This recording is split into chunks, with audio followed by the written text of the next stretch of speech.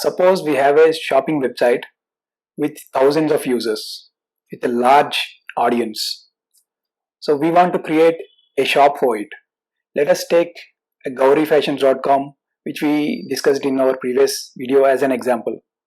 So either we have to create a subdomain for it like shop.gaurifashions.com, or we have to create a subdirectory for it like gaurifashions.com/shop. In either way, we can create a shop. While subdomain versus subdirectory is a different debatable topic which we will be covering in the later parts might be, but for now this video is focusing on how we can create either a subdomain or subdirectory using AWS Lightsail's Bitnami WordPress multi-site image. Recently, I migrated my website coderefer.com from single site to WordPress multi-site. So this part 3 video is all about what I learned during that WordPress multi-site creation. I will be only covering how I created WordPress multi-site. I will not be covering how I migrated the data from old domain to new domain. If you also want a video on how I migrated my data from single site old instance to a new multi-site instance, just let me know in the comments below and I will be making a new video on that. But for now, in brief, I used a plugin called Migrator from Updraft Plus, which I will be providing in the description below. If you guys want to purchase it, you can purchase it from that link. For now, we'll be focusing on AWS Lightsail WordPress multi-site creation. So without any delay, let's get started. So before we discuss AWS multi-site, let's see when this will be useful. So AWS Lightsail will be used whenever we require to perform single operation on multiple sites, such as installing plugins or installing WordPress themes from a single point. We can network activate and we can network deactivate most of the plugins. Why I said most of plugins? Because few plugins may not be supported. So this is a disadvantage of WordPress multi-site. But most of the plugins actually work, and we can network activate and network deactivate the plugins as well as themes. So other advantages includes like we can maintain separate themes for each subdirectory. Suppose let us take our example of our website only. So our website is coderefer.com. We can maintain something like blog.coderefer.com or coderefer.com/blog, where we can write our blog articles. Whenever we want to create some new courses, we can create something like learn.coderefer.com as subdomain, or alternatively we can use coderefer.com/learn, where we can upload the courses. Currently we are uploading the courses. You can check it out, guys. The website will be up anytime shortly. So let's see my site in live. As you can see, this is my particular WordPress website. And if I go to /blog, now I can see all the blog related articles. Previously, all the articles which are used to be present in coderefer.com main site are now present in coderefer.com/blog site. So we divided it into subdirectory. You can also see learn. I created one more subdirectory called learn. If I open coderefer.com/learn, you will be seeing same thing. One more site. So how can I manage all my sites? You can see my sites network admin. Now I am able to see three different. One for my domain, and second is for my blog, and third is for my courses. All the three can be manipulated and managed from network admin dashboard. If I go to network admin dashboard, you can see all the themes which I am currently using. So I can activate and I can deactivate the themes from this dashboard at a time. So currently I am using newspaper theme from Envato. I can network enable or network disable this entire theme to all the sites. As well as if you can see the plugins, same thing. And inside that plugins area, where I can network deactivate or network activate each of the plugin. If I click on network activate, this all-in-one, every plugin will be made available to entire all the sites. So newspaper theme is a beautiful theme which is applied to my WordPress blog. I will provide a link in the description to this particular theme. If you guys like it, download it from there. So this is what we want to achieve. So let's do it from scratch. Let's go to AWS Lightsail. Let's click on create instance.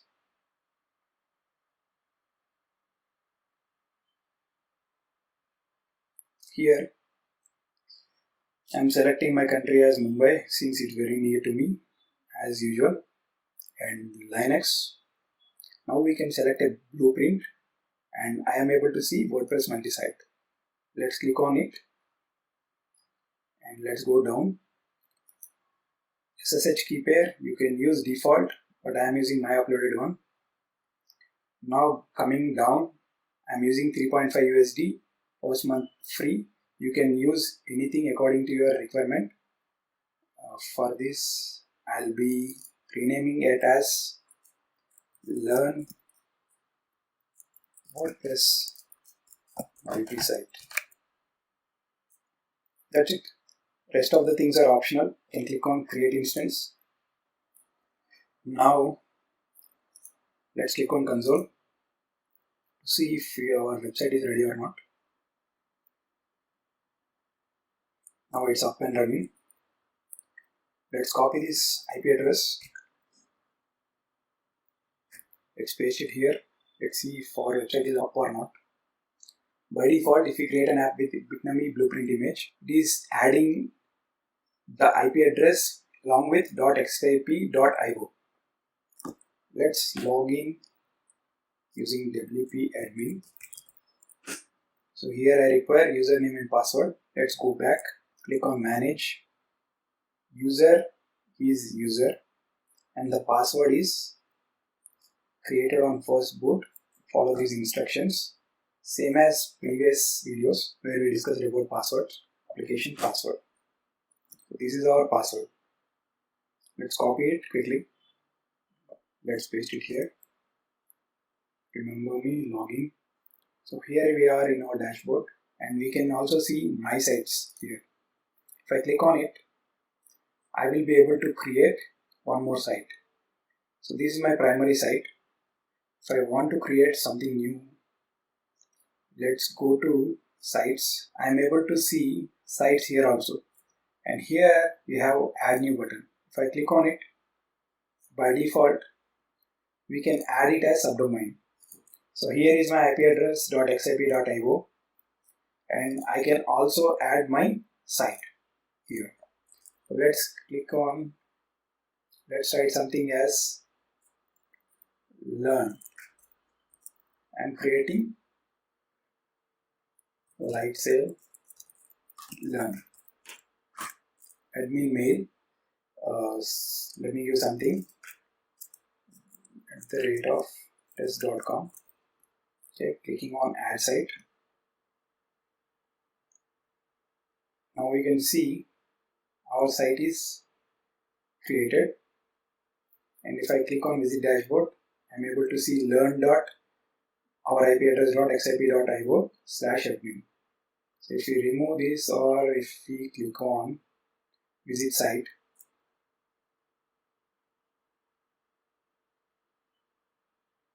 we are able to see our brand new site inside our subdomain learn.ipaddress.xyp.io. Let's go into documentation and see how we can remove this xyp.io and how we can assign it to our domain name. Next thing is our domain needs to be pointing to this particular IP address. Let's quickly log in. Here I am using Cloudflare as my DNS management. So if you want to configure your domain using Cloudflare, just comment in the description below.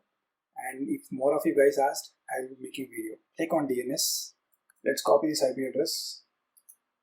Let's quickly change our IP address in DNS tab. Click on save.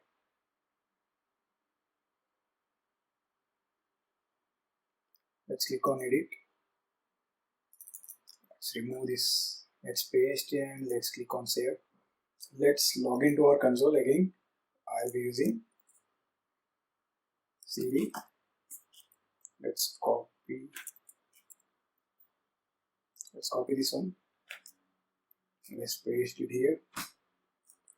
So here we are in WordPress folder. Now we need to perform this command. Here we are pasting it. We are renaming. Hostname has been configured to this. Let's rerun by removing this hostname, and let's give gaurifashions.com. Okay, let's click on enter and let's wait. Okay, it's executed successfully. Now that we have executed it, we need to run this command also, which disables that particular bnconfig file. I clicked on enter and it's done. Now if I perform ls, now I am able to see bnconfig.disabled file instead of bnconfig. It is nothing but the file is renamed. That's it. Let's reload this page. We are able to see gaurifashions.com. Now let's go to WP login. User, and the password is one which we have in our terminal. Now we perform cat bitnami application password. To see the password again, let's copy this one, copy it and paste it. Let's log in.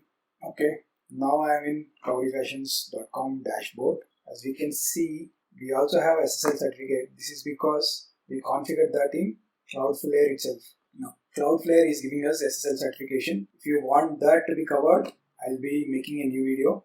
Just comment below the video if you want this entire configuration. And now coming back to our website, we can see our website as usual. Now if we click on sites, let's see what are the sites available. Let's click on sites. We can edit now this one, or we can delete it and we can create a new one. Let's delete that particular site. Confirm. Now let's create a new site. Now we can see gaurifashions.com. I can do something like shop. Okay, gaurifashions shop. Okay, just at the rate of gaurifashions.com. Give your admin email, click on add site. We are able to add a subdomain. So this is how we will be creating a new website, shop.gaurifashions.com, or we can create any other, we can even add any other domain also. So in this way we can add subdomains in our multi-site WordPress configuration. And now let's see how we can add subdirectories. That is gaurifashions.com/shop. Further, we need to go back to Bitnami documentation again, or simply you can Google search it. So you can see the first link coming from docs.bitnami.com. Click on this. So you can see there is some modification that is required. Let's go to a particular directory, htdocs wp-config.php. Let's go back to FileZilla. Here is our config file. Let's click on edit, discard, and download new. So it's open. And what they are saying is define subdomain install as false, because we do not require subdomain anymore. We require subdirectory. So if we keep it as false, it will be automatically creating subdirectories. Next, what needs to be configured is you have to go to httpd-app.conf file, and we have to replace URL writing rules so that they will look like this. Let's copy this entire thing and let's go back. Now let's re-upload this WP config file. It's done, and now we'll go back to WordPress conf and http app conf, and we'll be clicking on edit. Now we have to rewrite URL rules. We check properly. These are my URL writing rules. Okay, let's paste it here. Let's click on save. Now FileZilla will be asking me to upload. Yes. Now we have to restart Apache to apply the changes. Let's copy this. Replace the install directory placeholder with our full installation directory for our Bitnami stack. Okay, now it is accepting. I have to give only until Bitnami folder. as CTL control script is available in Bitnami folder itself. Now the Apache has been restarted. Now all the things are proper. Let's go back to our website. Let's reload it. See if website is up or not. Now I'm able to see my website as up and running. Let's click on add new. Now I am able to see gaurifashions.com/. So clearly it is a subdirectory. Let's keep shop and we will be giving the same name. Test at the rate. Begin test at the rate gaurifashions.com. Let's click on add site. Let's go to the gaurifashions.com/shop. Now I am able to see another brand new site which is running in my subdirectory. I can install different themes here. I can treat it as a different website altogether. So in this way we can create a subdirectory or subdomain using AWS Lightsail Multisail WordPress Bitnami installation. There are few things to be noted while using subdomain or subdirectory. It is up to your choice whether to use subdomain or subdirectory. Both provide some advantages as well as disadvantages. Coming in the next video, I'll be configuring my website using LMS, and stay tuned guys for the upcoming video. So that's it for this video guys. I hope you enjoyed this video as much as I do making this video. If you want to learn more about mobile applications as well as websites for your business, or just if you are learning as a hobby, this channel will be useful to you and you will be entertained with more videos. Like this video and subscribe to encourage me guys, and thanks for watching. See you in the next video. Bye.